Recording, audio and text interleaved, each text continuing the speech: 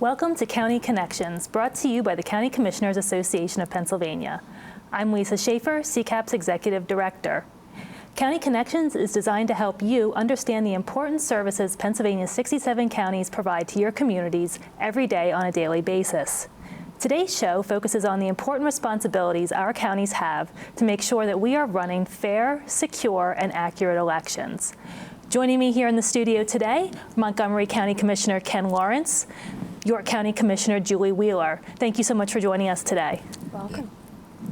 So I think what some of our watchers might not know is that counties run elections, but we handle everything from beginning to end, not just on election day, but throughout the entire year. Ken, can you talk to us a little bit? What makes you confident in your county's election process? What makes me confident, Lisa, is our staff, our committed staff who works tirelessly year-round on the elections. But also, what a lot of people don't realize is we need a lot of volunteers and people on election day, too. So we have a lot of citizenry involved in making sure that we have fair and safe elections with watchers and everything else. But it is, as you mentioned, a year-round responsibility. Everyone knows the two election days, primary day and the general election day, but there's a lot that goes into getting us to that point. And Julie, in York County, what would you say makes you confident in your election processes? Sure, I'll echo what Ken said, our committed election department staff. One of the things that we're committed to in York County is continuous process improvement. We actually have an elections task force that's in place that functions probably 8 to 9 months out of the year, and that's comprised of not only folks in our elections department, but folks from our IT department, Office of Emergency Management, our Controller's Office, administration. It's a large cross-section of county agencies working together to ensure that we've got plans in place, actions assigned, owners assigned to them. And you know, there's always room for improvement, but another thing that we do in the department is we cross-train our employees so that if someone's out sick, unforeseen on election day, we have somebody that can back them up. So we are committed to running organized and efficient elections and continuing to look at how we can improve and how we can get better to make the voter experience a pleasant one. So it sounds like there's a lot involved in running an election on a day-to-day basis. You've both been commissioners for several years. Julie, what would you say is the one thing that, or what have you learned about elections as a commissioner that you wish the general public knew? Ken touched on it a little bit. An integral part of the election day process are the individuals who work at our polls, our poll workers, whether that's a judge of election, a minority inspector, a majority inspector, or a poll worker. In York County, we have 161 polling locations, and it would be impossible for the election staff to staff all those. So we could not be successful and navigate election day without our poll workers. So they are vital to our process.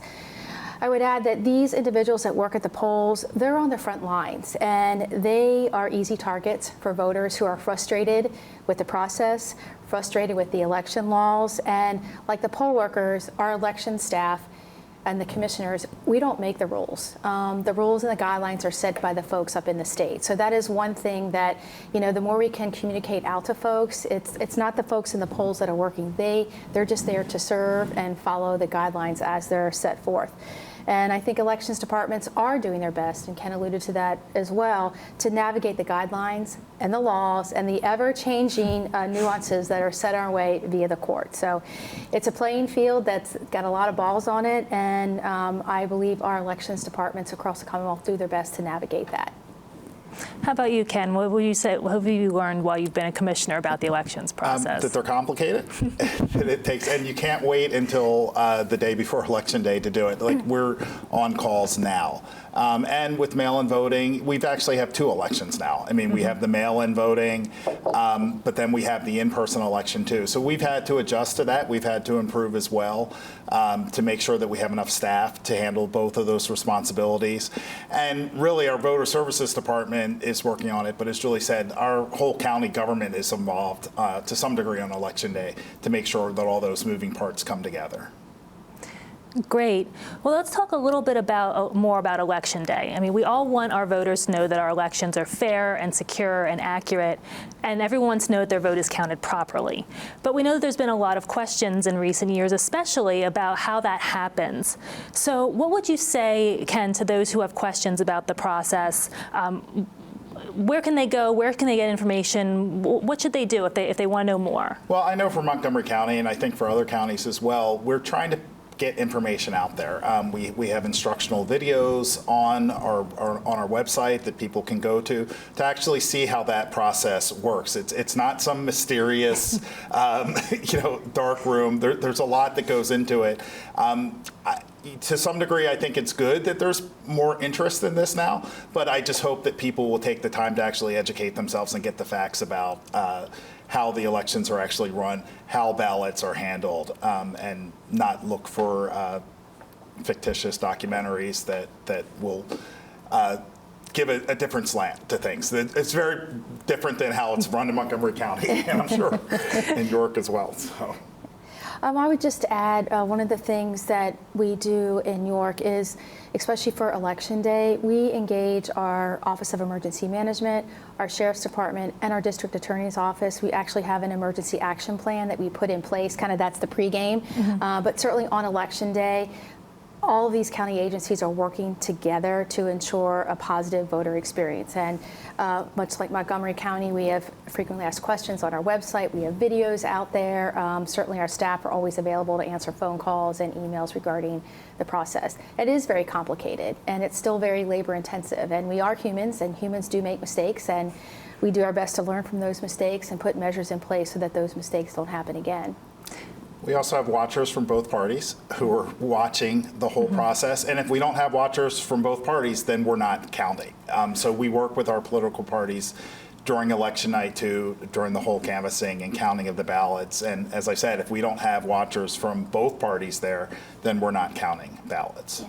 And we are, to add to that, we're very transparent. We allow folks to come in, watch and monitor. We actually have a remote setup that if the room gets too large, we have TV cameras that folks can sit in another location and watch what's going on. And we do encourage candidates and representatives candidates to come in and view the process because we don't have anything to hide.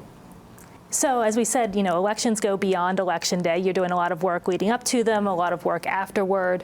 What's it like in your election office, Julie, outside of Election Day? Well, it's very busy. I think there might be a perception out there in the public that things stop after the votes are tabulated and they're reported on websites. There's always work to be done. We're processing voter registrations, we're processing applications for mail-in ballots and our absentee ballots, or military ballots. And even though we do have a lot of technology today, as I mentioned earlier, the process is still very labor intensive. A lot of clerical work, a lot of filing, data management. There's always something going on in an elections office. It's nonstop. How about in Montgomery County? Voter registration goes on all the time. A lot of different things come on. People come in with various questions and going. And as was mentioned, with mail-in voting now too, that application process requires more staff, more manual input of the data there. And then Election Day, it's always kind of crazy, and there's lots of donuts, lots of coffee. They're there the night before, and pizza. So I think that's the staple of that day. But if you go down to our voter services office at any time, there's something going on there, no matter what time of year it is. I think the other big thing is supplies, especially with the implementation of mail-in ballots. A lot of paper, a lot of envelopes, a lot of postage. So there's a lot of supplies that need to be replenished after an election cycle. So what would you both say, if you could speak to elections, about elections to a voter in your county, what would you say is the most important thing you want them to walk away knowing about your county's election processes? That we are committed to making sure that each and every vote is counted, no matter who casts that vote, and also making sure that the voter has a good experience when they come out to the polling place or however they choose to vote. We want them to know that their vote matters to us, and we're going to make sure that that vote is counted. Yep. How about you, Julie? I would just add that we are committed to running organized and efficient elections, and we are doing the very best we can to navigate the process. And the process is complex and cumbersome, but we are doing our best, and we desire to provide top-notch customer service to our voters that we serve. So your staff who are running operations on a day-to-day basis, what would you say about them and the work that they're doing, Julie? I mean, we can't run without them. What they do is so important to the election process. And like the poll workers, they're on the front lines too, but they're on the front lines, from a back office standpoint. They have to know a lot about election code, election laws, how to process this form, how to process that form, how to enter this into the SURE system.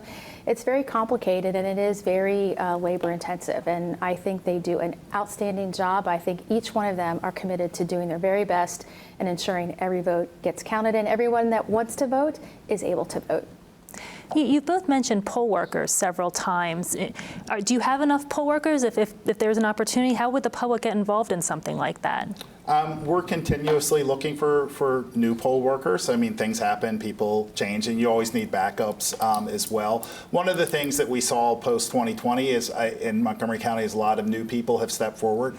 I don't know how it is in York, but some of our poll workers have been doing it for 30 or 40 years. Mm-hmm. It's time for others to step up and do that. I've gone to schools to talk to seniors and our colleges about doing it as well and trying to get involved civically. You get a small stipend, mm-hmm. but I always say that it's a civic duty. You're doing it out of the love. You're not doing it for that stipend. It's a long day. York's in pretty good shape. We've built a database. We have close to 4,000 folks that have raised their hand and said that they'll be poll workers. So we've tried to streamline our process on how we identify and track poll workers. So we built this database. Much like Ken mentioned, we're doing a lot of outreach now to students to get them engaged in the process early, working with the school districts to do that and other social type organizations. We know with technology that not everybody can be there in person. So with technology, we've got online training now and in-person training. We tailor it to the person, what makes sense for them. But we're always looking for poll workers. So you can visit our website and get more information. So you can visit the website, come to the county office, and be a part of the experience and keep on moving from there, it sounds like. Anything else that you want to talk about as far as the county election experience with us today? It's one of the fundamental and most important things that county government does. It's the bedrock of our democracy. And I'm proud of our committed staff and our voter services office, but all of the citizens that step up to help us run the elections and make sure that our democracy continues on. Yeah, I would say that we are committed to running organized and efficient elections. We are doing the very best we can and navigating a very complex process. And for voters that are frustrated, I would just ask, please be patient. This is still a learning curve for all of us. Act 77 hasn't been in place for all that long, and we're learning together. Well, thank you, Commissioner Ken Lawrence from Montgomery County, Commissioner Julie Wheeler from York County. Thank you for being with us here today. When we come back, we'll take a deeper dive into our election process with one of our county election directors. It doesn't matter what part of the state you're from. One thing is certain. Pennsylvania loves sports. On the first Friday of the month, PCN takes you inside the lines at 6:30 p.m. PCN delivers insight from the people who cover sports from every corner of the Commonwealth. From high school to college to professional sports, PCN takes you inside the lines. Learn more at pcntv.com. Welcome back to County Connections, brought to you by the County Commissioners Association of Pennsylvania. We're here today to talk about county election administration and how we know that your elections are fair, secure, and accurate. Joining us now in the studio is Lycoming County Director of Elections, Forrest Lehman. We'll take a little bit of a deeper dive into the process of how we know that votes are counted and counted properly. Forrest, we talked with Commissioner Lawrence and Commissioner Wheeler previous to this about how they make sure that every person's vote gets counted. Let's talk a little bit more about the other question that we often hear. How do we know that everybody's vote is only counted once? And we know there's a lot that goes into that, from voter registration through the entire elections process. So let's break that down to a few smaller questions. Can you take us through the voter registration process? What happens when somebody applies to vote? Thanks, Lisa. Well, there are several ways people can register to vote. They can register on paper. There are paper applications that are available at county voter registration offices, so we get people coming in that way.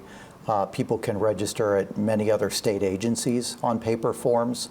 There's the online option, which we've had for a number of years in the Commonwealth. And then finally, there is the motor voter process through PennDOT, where people are renewing or getting a driver's license. They can complete an application there. So that results in a lot of applications from different sources that are all coming into voter registration offices, either on paper or electronically. And then the counties are processing those. We're reviewing those and approving them once we're satisfied that the applications are complete and that they are real applicants, that these are real people applying. So there are identification checks that are done. Voters have to provide ID numbers. They have to provide a date of birth. Those are data points that can be cross-checked during the application processing. And once they pass those checks, then we are able to register that person or make the changes, or if they're applying for a mail ballot, approve that application as well. So once those applications are approved, it's only those approved voters who are going into the poll books for when they show up to the precincts to vote, correct? That's right. I think the commissioners you spoke to earlier were very eloquent and on point about the fact that voter registration happens all year. It's a process that plays out every day because our voters, our populations in our counties are like a river. Things are changing every day. New people are registering, people are getting married, they're moving, they're changing their parties.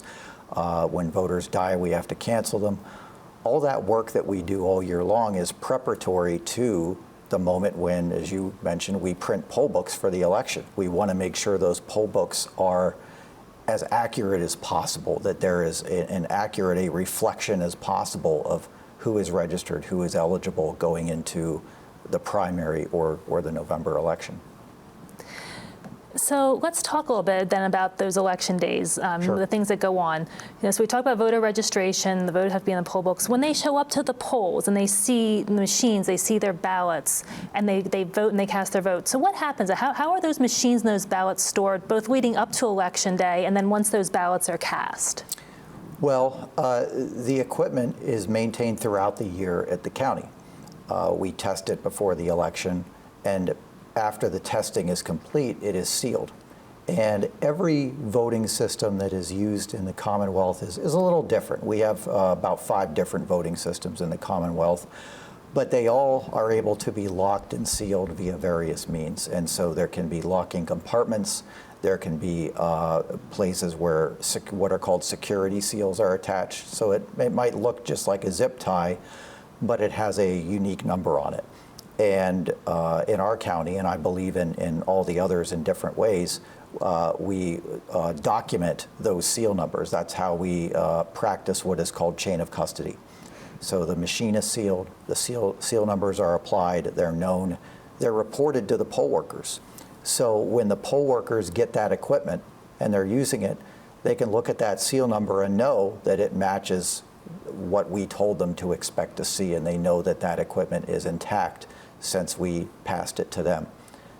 Similarly, when they're done with that equipment after the election, they put a new seal on the equipment, they lock it back up, and they tell us those seal numbers on their paperwork. So when we get the equipment back, it stays sealed for 20 days following the election, and we are able to verify those seal numbers and know that similarly chain of custody was maintained from the polling place back to the county. So there are physical processes that are in place. And in addition to that, there are electronic processes that are in place because the equipment is itself protected by passwords. You have to be able to authenticate in order to access it. Obviously, county election administrators like myself have a lot of access. However, voters don't have any access, and poll workers have only the access that they need, limited access in order to open and close the polls.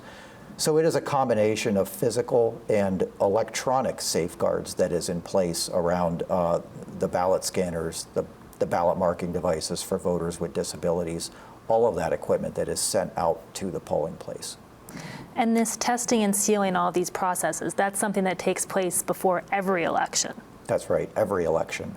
We test every piece of equipment before we send it out to verify that it is in good order, it is functioning correctly, it is counting ballots correctly. We put a number of ballots through every piece of equipment to verify that it is counting correctly. And then after that testing is complete, that's when the seals and the locks are applied, and it is maintained in that state until it is sent out to the polls for the election. So Commissioner Lawrence talked a lot about poll watchers and folks who can be there to watch the process. And it sounds like there's a lot of sets of eyes, even though there might be only limited access based on need, as you talked about. It sounds like there's a lot of opportunities for observation and eyes to be on the process to make sure that everything is going as you expect it to. Is that correct? That's right. In fact, many parts of the election process are open to observation. Sometimes that observation is limited to individuals who have standing, in the sense that they may have been appointed by a candidate or a party. But events such as testing the equipment, though in the way I've described before the election, that can be observed by party committees, party representatives. The actual activity out at the polls on Election Day, watchers can be present inside the polls under certain circumstances if they've been appointed by a party or a candidate. There are opportunities for individuals to observe canvassing activities after the election. So after Election Day, there's obviously additional work that needs to be done when counties are reconciling ballot inventory from the precincts. You know, we're making sure every single paper ballot is accounted for. We are canvassing provisional ballots after the election. And so when those activities are underway, party and candidate representatives would have opportunities to observe that as well. So speaking of what happens after the election, we often hear that there are audits done of the election results and what they mean as you are finalizing election results. Yep. So how do you and how do the counties use those audits to process and verify that each election is accurate? Well, those post-election reviews, those audits are very important because I've alluded several times to the testing we do before the election. That tells us that the equipment was accurate before we sealed it. When we do the audits after the election, we're now doing a review of actual election results. And we want to know that the equipment is producing consistently accurate results. There are a few different processes that we employ. One is required by the election code, which is that we recount a percentage of all the ballots cast in the election. That requirement is 2%. We will recount those ballots on different equipment than what they were originally counted on. So it is giving us a second opinion on the count of those ballots. And when counties pick those batches, we know what those numbers add up to, and we want to see them come out the same way if we scan them a second time. So that is one check that is done. The other that counties have been doing more recently is we are engaging in what is called a post-election risk limiting audit. And in the risk limiting audit, you are looking at it as an entire state. We're taking selections of our ballots from across the state. One county might do a batch, another county would do a batch, and those are hand counts. They're hand reviews. It might be one contest, it might be more than one contest, but you're hand counting those marked ballots and you're looking to see that those results came out the same as they were on Election Day. And then when you're doing it as an entire state, you're able to look at a statewide contest and arrive at a very high degree of confidence that the outcome of that contest was correct, and also to be able to know that the equipment is counting correctly as well. So based on all of this, you go through a lot of testing, going through sealing, there's a lot of watching, we do the audits at the back end. How confident are you that all of those processes lead to a fair, secure, and accurate election? I'm very confident, and that confidence, it is based on the evidence that counties have accumulated of years now of pre-election testing and post-election audits. The entire Commonwealth has been using paper ballots since 2019, so we've had several years now of elections. And in all of those years in which we have conducted pre-election testing in which we have done post-election audits, reviews to compare those results to what came out election night. In every circumstance, those results have checked out. And so it has been a process of years of accumulated evidence that gives me that confidence that I do believe that the equipment produces consistently accurate results. Now, it always depends on counties following the processes of the election code. You know, we have an obligation to, administer the election code and administer court rulings fairly and uniformly. But that's how we can get to that place. And just one last quick question. So if a voter would have questions, they think they see something that's maybe not what they would expect to see or something that isn't following processes, what should they do? Well, contacting their county is always a good first step. Sometimes a voter's confusion or question is really just a result of not being fully informed, and we can help them with that. Most people, they may get educated in school about how government works, but they don't necessarily get an education about how elections work because the processes can be arcane and complicated. So we can certainly answer those questions. We want people to be informed and knowledgeable so that confusion doesn't turn into suspicion or discontent or dismay. Well, thank you, Forrest, for taking the time today to help us better understand our county election processes, and to our earlier guests as well for talking about how our elections are fair, secure, and accurate. Thank you for watching County Connections, brought to you by the County Commissioners Association of Pennsylvania. For more information, please visit our website at www.pacounties.org.